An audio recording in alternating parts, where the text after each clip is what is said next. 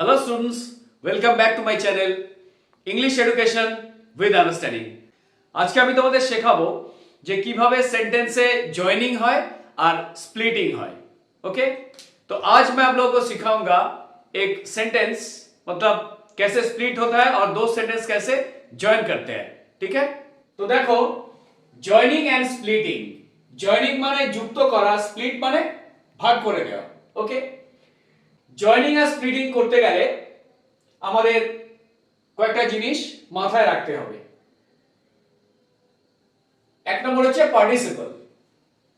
পার্টিসিপলের কটা ভাগ? তিনটে, প্রেজেন্ট পার্টিসিপল, পাস্ট পার্টিসিপল আর পারফেক্ট পার্টিসিপল। তোমাদের সেন্টেন্সে এইভাবে মেনশন করে দেবে না কোন পার্টিসিপল ইউজ করে তুমি সেন্টেন্স জয়েন করবে, কিন্তু এখানে আমি শিখিয়ে দিচ্ছি যে যেকোনো একটা তোমরা অ্যাপ্লাই করতে পারো দুটো সেন্টেন্সকে জয়েন করতে। প্রেজেন্ট পার্টিসিপলটা কি? V1 প্লাস আইএনজি, মানে বেস ফর্ম যেটা, তার সাথে আইএনজি যোগ করলে হয় V4। The form of a verb ending in ing which is used in forming continuous tense and as an adjective। আমি লিংক তোমাদের ডেসক্রিপশনে দিয়ে দেব, যে আমার ভিডিও আগের আমি যেখানে খুব ডিটেইলসে আমি এক্সপ্লেন করেছি সেটা তোমরা ফলো করলে তোমাদের আরো ক্লিয়ার হয়ে যাবে এটা।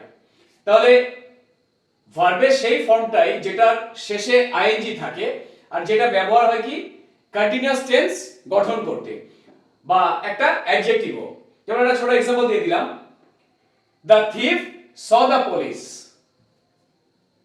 হি ran away, মানে চোরটা পুলিশকে দেখেছিল তারপর সে দৌড়িয়ে পালিয়ে গেছিল বা চলে গেছিল। তাহলে এখানে দুটো সেন্টেন্স আছে, এটা আমি একটা সিম্পল সেন্টেন্স করছি। দেখো একটাই sentence, Singh the police the thief ran away। বুঝে গেল? দুটো সেন্টেন্সকে একটা সিম্পল সেন্টেন্সে আনলাম। নাম্বার 2 পাস্ট পার্টিসিপল, এটা V3। বুঝে গেল? The form of a verb typically ending in ed which is used in forming perfect tense and as an adjective। দেখো V3 টা হচ্ছে কি? V3 টা মানে প্রেজেন্ট পাস্ট পার্টিসিপল, মানে সেটাই পাস্ট পার্টিসিপলটা V3। বুঝে গেল? এখানে বলছে যে ভার্বের ওই ফর্মটা যেটা টিপিক্যালি এন্ডিং ইন ed, আমাদের ম্যাক্সিমাম ওয়ার্ডগুলো V3 আমরা করি ed যোগ করে। বুঝে গেল? কিন্তু সবগুলো হয় না। যেমন ধরো steal, stole, stolen, do, did, done, এখানে ed হচ্ছে না। তো ম্যাক্সিমাম ওয়ার্ডগুলো ed যোগ করে আমরা V3 করি। বুঝে গেল? এক্সাম্পল, রাজ স্ল্যাপ জয়, রাজ জয়কে থাপ্পড় মেরেছিল। জয় went to complain to the teacher, জয় গেছিল টিচারকে কমপ্লেন করতে। তাহলে being slapped by রাজ মানে রাজের দ্বারা থাপ্পড় খেয়ে জয় went to complain to the teacher, জয় গেছিল শিক্ষকের কাছে কমপ্লেন করতে। Number 3 perfect participle.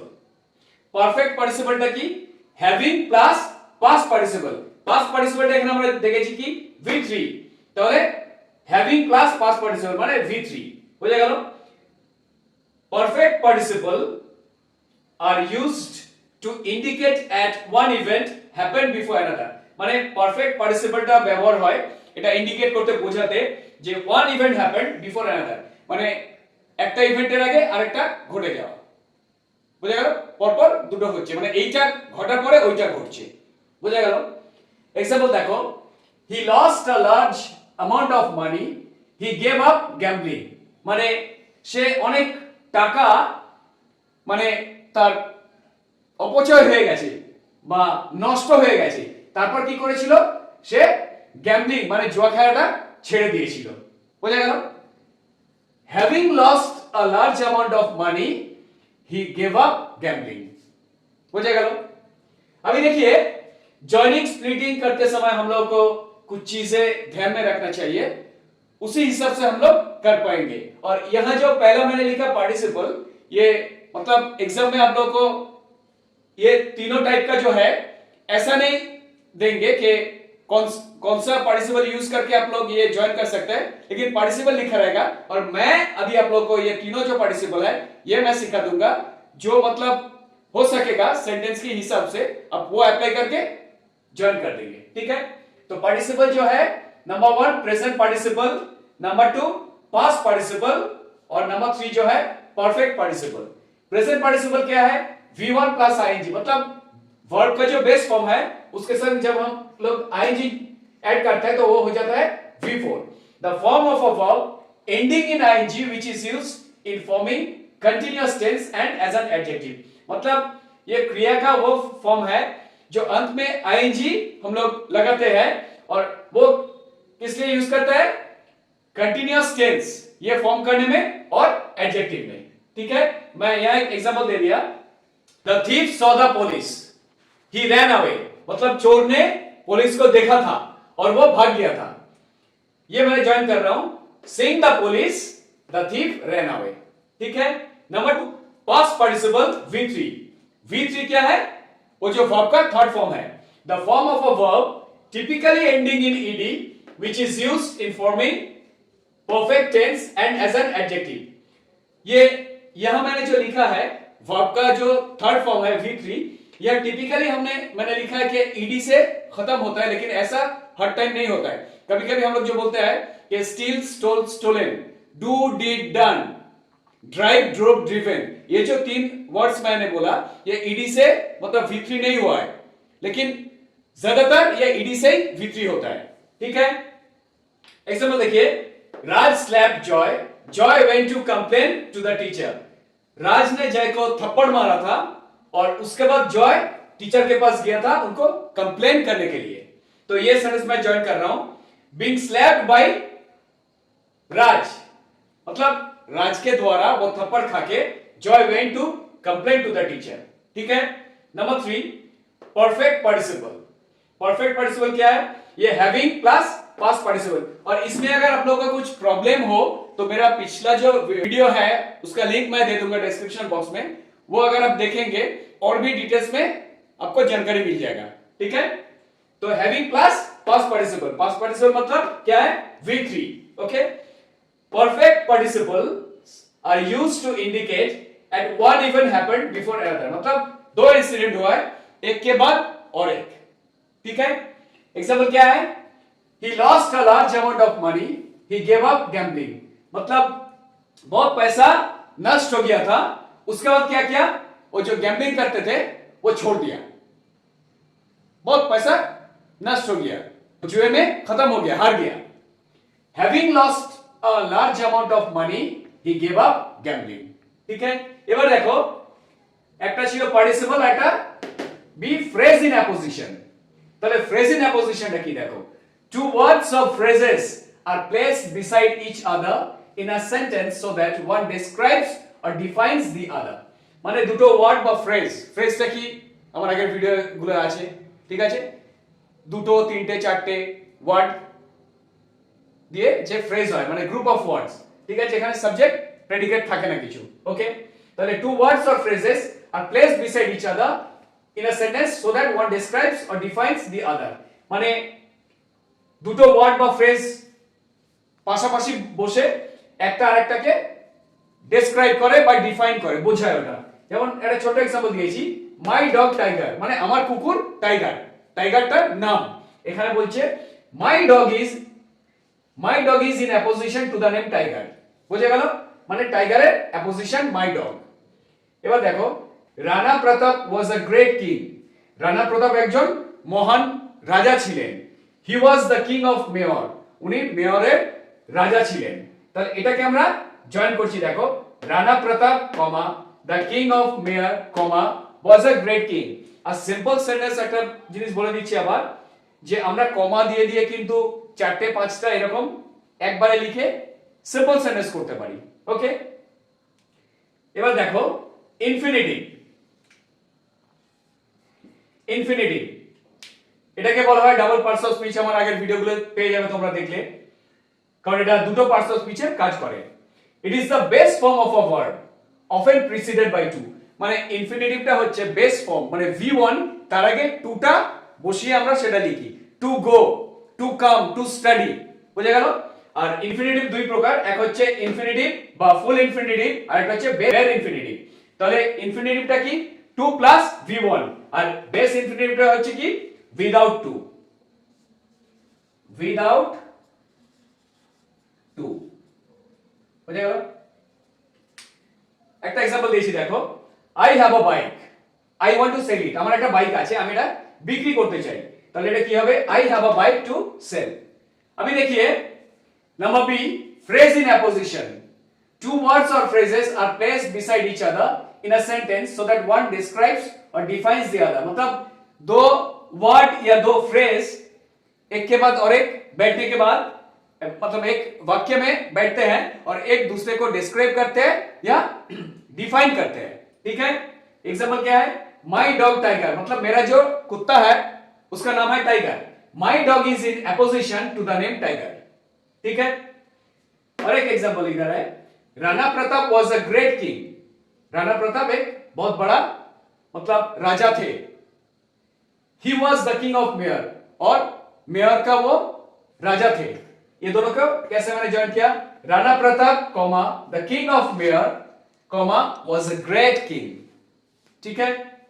Number C, infinitive, इसको डबल पार्ट्स ऑफ स्पीच भी हम लोग कहते हैं क्योंकि दो पार्ट्स ऑफ स्पीच का ये कम करता है। It is the base form of a verb often preceded by two, और वर्ब का जो बेस फॉर्म है ये V1 है, ये वही है, और इससे पहले टू लिखते हैं हम लोग, to go, to come, to study, ठीक है। और इंफिनिटिव जो है ये दोनों दो टाइप का होता है, एक है इंफिनिटिव और फुल इंफिनिटिव, और एक है बेयर इंफिनिटिव। और इंफिनिटिव जो है वो टू लगा, हम लोग टू लिखते हैं V1 से पहले, और बेयर इंफिनिटिव जो है वो विदाउट टू है, ठीक है। एग्जांपल है, आई हैव अ बाइक, मेरा एक बाइक है, I want to sell it, मैं उसे बेचना चाहता हूं, I have a bike to sell, मेरे पास एक बाइक है बेचने के लिए, ठीक है। नंबर डी, नॉमिनेटिव एब्सोल्यूट বা অ্যাবসোলিউট ফ্রেজ, মানে দুটো একই। ইট is the part of a sentence functions as a sentence modifier, মানে বাক্যের একটা অংশ যেটা কি কিসের কাজ করে, একটা সেন্টেন্সের মডিফায়ারের কাজ করে, মডিফাই করে। It comes in the beginning or end of a sentence, মানে বাক্যের শুরুতেও আসতে পারে বা শেষেও আসতে পারে। It provides additional information about the main subject and verb, আর এটা কি করে, অতিরিক্ত মানে অ্যাডিশনাল ইনফরমেশনটা দেয় মেইন সাবজেক্ট যেটা থাকে বা এবং ভার্বে, মানে ক্লিয়ার, বোঝা গেল। Example, the strike was called off, the workers resumed work. এখানে একটা জিনিস বলে দিই, এখানে RESUMED এটা আমরা রিজিউমড বলছি, কিন্তু যে বায়োডেটা বা কারিকুলাম ভিটে মানে সিভি, ওটাকে কিন্তু রিজিউম বলে না, ওটাকে বলে রিজিউমে, ওকে, এটা মনে রাখবে তোমরা। তাহলে স্ট্রাইকটা উঠে গেছিল আর ওয়ার্কার যেগুলো ছিল তারা কাজে জয়েন করেছিল, তাহলে এটা আমি জয়েন করছি, দেখো, the strike having been called off, the workers resumed work, বোঝা গেল। Number E, adverbial phrase. Adverbial phrase কোনটাকে বলা হয়, group of words that acts like an adverb, মানে সিঙ্গেল ওয়ার্ড যে অ্যাডভার্বটা সেটা আমরা দেখি কি ly দিয়ে শেষ হয়, দ্য ম্যাক্সিমাম টাইমে, কিন্তু সবসময় না। দ্য বার্ড ফ্লিউ সুইফটলি, এটা ly দিয়ে শুরু হলো, এটা অ্যাডভার্ব, বোঝা গেল। শি র্যান ফাস্ট, এটা কিন্তু ly দিয়ে হলো না, কিন্তু এটা অ্যাডভার্ব ফার্স্টটা। তো এখানে অ্যাডভার্বিয়াল ফ্রেজ মানে দুটো কি দুটোর বেশি group of words that acts like an adverb, মানে অ্যাডভার্বেরই কাজ করে। দে ক্যান মডিফাই ভার্বস, এরা ভার্বকে মডিফাই করে, অ্যাডজেক্টিভকে মডিফাই করে বা অন্য অ্যাডভার্বকে মডিফাই করে, বোঝা গেল। এখানে দেখো দুটো एग्जांपल দিয়েছি, he felt it was unfortunate, সে অকৃতকার্য হয়েছিল, এটা দুর্ভাগ্য ছিল। আনফরচুনেটলি হি ফেল্ট, মানে এখানে দেখো ly দিয়ে হয়েছে, তাহলে আনফরচুনেটলি এটা হয়ে গেল অ্যাডভার্ব, বোঝা গেল। They left the playground then the sunset, তারা খেলার মাঠ থেকে চলে গেছিল, তারপরে সূর্য অস্ত গেছিল, বোঝা গেল। তাহলে they left the playground by sunset, by সানসেটটা হয়ে গেল অ্যাডভার্বিয়াল ফ্রেজ, দুটো ওয়ার্ড। এবার দেখো number F, preposition with gerund. তাহলে প্রিপোজিশন আমরা কি জানি, অন, ইন, আন্ডার, এগুলো প্রিপোজিশন। সাইক্লিং, কুকিং, ওয়ার্কিং, এগুলো হয়ে গেল জেরান্ড। কিন্তু এখানে সাইক্লিং, কুকিং, ওয়ার্কিং এগুলো ভার্বও হতে পারে, এখানে বুঝিয়ে দিলাম, দেখো, when the ing form of a verb is used as a noun it is called a gerund, মানে ing form of a verb যেটা নাউন হিসাবে ব্যবহার হয়, যেমন ধরো হি ইজ সুইমিং, সুইমিংটা এখানে মেন ভার্ব হয়ে গেল, কিন্তু যদি বলা হয় সুইমিং ইজ হিজ হবি, মানে সুইমিংটা তার শখ, সেখানে সুইমিংটা হয়ে গেল gerund. when the verb does not work of a noun মানে ভার্বটা যখন নাউনের কাজ করে না, it does not work as an adjective or adverb, ভার্বটা অ্যাডজেক্টিভ বা অ্যাডভার্ব কোনো কিছু কাজ করে না, শুধু নাউনের কাজ করে, তখন সেটা হয়ে যায় জেরান্ড। এক্সাম্পল দেখো, he worked hard, he failed, মানে সে কঠোর পরিশ্রম করেছিল কিন্তু সে অকৃতকার্য হয়েছিল। in spite of working hard he failed, in spite of টা হয়ে গেল প্রিপোজিশন আর ওয়ার্কিংটা হয়ে গেল gerund, he failed। Cumulative conjunction, এটা সেন্টেন্সকে কি করে, যুক্ত করে বোথ দিয়ে, এন্ড দিয়ে, নট অনলি বাট অলসো, এগুলো দিয়ে সেন্টেন্সকে যুক্ত করে। বুঝে গেল? I go for yoga in the morning, আমি সকালবেলা যাই যোগা ক্লাসে। I go for a walk in the morning, আমি হাঁটতেও যাই সকালবেলা। তাহলে I not only go for yoga, আমি শুধু যোগাতেই যাই না, but also take a walk in the morning, কিন্তু তার সাথে আমি হাঁটতেও যাই সকালবেলা, মানে যোগা আর হাঁটা দুটোই আমার সকালে হয়। নাম্বার 8, অ্যাডভার্সেটিভ কনজাংশন, মানে যেটা অ্যাডভার্স উল্টোটা বোঝাচ্ছে, but still, yet, nevertheless, however, এগুলো দিয়ে আমরা সেন্টেন্সকে জয়েন করছি। he is poor, he is honest, সে গরিব কিন্তু সে সৎ, তাহলে he is poor but honest বা yet honest, বুঝে গেল? দুটোই আমরা লিখতে পারি। নাম্বার 9, অল্টারনেটিভ কনজাংশন, কোনগুলো? or, either or, neither nor, you can have tea, তুমি চা পান করতে পারো, you can have coffee, তুমি কফিও পান করতে পারো, তাহলে দুটোই অপশন আছে, যে কোনো একটা, you can have tea or coffee, বুঝে গেল? নাম্বার জে, ইলেটিভ কনজাংশনস, কোনগুলো? therefore, for, so as, she did not come on time, এখানে একটা ছোট কথা বলে দিই, অন টাইম আর ইন টাইমটা জেনে নাও। স্পেসিফাইড যে সময়টা থাকে, suppose 5 o'clock, she came on time মানে একদম 5টার সময় এসেছে, আর ইন টাইম মানে তার আগে যে কোনো সময়, 2 মিনিট, 5 মিনিট, 10 মিনিট আগে। ওকে, বুঝে গেল? তাহলে অন টাইম আর ইন টাইমের মধ্যে ডিফারেন্সটা বলে দিলাম। she did not come on time, সে সময়ে আসেনি। I had to wait for her, আমাকে তার জন্য অপেক্ষা করতে হয়েছিল। she did not come on time, so I had to wait for her, সে সময়ে আসেনি সেজন্য আমাকে অপেক্ষা করতে হয়েছিল। আমি देखिए नंबर डी, नॉमिनेटिव एब्सोल्यूट और एब्सोल्यूट फ्रेज, ये क्या है? It is the part of a sentence, एक वाक्य का एक अंश है, functions as a sentence modifier, और ये सेंटेंस मॉडिफायर का काम करता है। It comes in the beginning, वाक्य की शुरू में आ सकता है और एंड ऑफ अ सेंटेंस, और अंत में भी आ सकता है। इट प्रोवाइड्स एडिशनल इंफॉर्मेशन, मतलब ये मेन सब्जेक्ट या और वर्ब को मतलब अतिरिक्त इंफॉर्मेशन देता है। ठीक है? Example, the strike was called off, strike जो हुआ था वो उठा लिया। The workers resumed work, workers है वो फिर से काम में आ गया था। The strike having been called off, the workers resumed work. ठीक है? Number E, adverbial phrase. Adverbial phrase क्या है? Group of words that acts like an adverb, adverb क्या है? मतलब ly से, ज्यादातर ly से जो वर्ड खत्म होता है। the bird flew swiftly, मतलब जल्दी उड़ गई है, ये swiftly है। she ran fast, ये ly से नहीं हुआ, तो सिंगल वर्ड जो है वो है adverb। 2-3 वर्ड्स जो है वो फ्रेज है, मतलब 2-3 वर्ड ये मतलब इकट्ठा होके एडवर्ब का ही काम करता है। ठीक है? they can modify verbs, वो वर्ड को भी मॉडिफाई करता है, एडजेक्टिव को भी और दूसरे एडवर्ब को भी मॉडिफाई करता है। he failed, it was unfortunate, उसने मतलब फेल कर चुके हैं और ये बहुत ही अनफॉर्चुनेट है। अनफॉर्चुनेटली he failed, ये जो अनफॉर्चुनेटली ये एडवर्ब है, single word. they left the playground then the sunset, मतलब वो लोग मैदान छोड़ के जाने के बाद ही सनसेट हुआ था। they left the playground by sunset, मतलब सनसेट के अंदर ही, वो होने से पहले मतलब अंदर ही वो लोग चले गए थे। Adverbial phrase. Number 8, preposition with gerund. Preposition क्या है? हम लोग को मालूम है कि ऑन, इन, अंडर, ये सब प्रीपोजिशन है। जेरंड क्या है? Cycling, cooking, working. लेकिन ये जब वर्ब का काम करेगा तब नहीं होगा, जब नाउन का काम करेगा, मतलब V1 के संग ing ऐड होके ये नाउन का काम करेगा। यहां मैंने लिखा when the ing form of a verb is used as a noun, it is called a gerund. When the verb does the work of a noun, जब verb noun का काम करेगा, it does not work as an adjective or adverb. Adjective adverb का काम नहीं करेगा ये, ठीक है, सिर्फ noun का. He worked hard, he failed. उसने बहुत ही हार्ड वर्क किया था लेकिन वो फेल हो चुका था. In spite of working hard, he failed. मतलब बहुत ही हार्ड वर्क करने के बावजूद वो फेल किया था. In spite of क्या है? यह है preposition. Working क्या है? यह है gerund. ठीक है. नंबर जी, cumulative conjunction. ये क्या है? ये both and not only but also, ये सब जो है ये है cumulative conjunctions. Example, I go for yoga in the morning. मतलब सुबह मैं योगा जाता हूं. I go for a walk in the morning.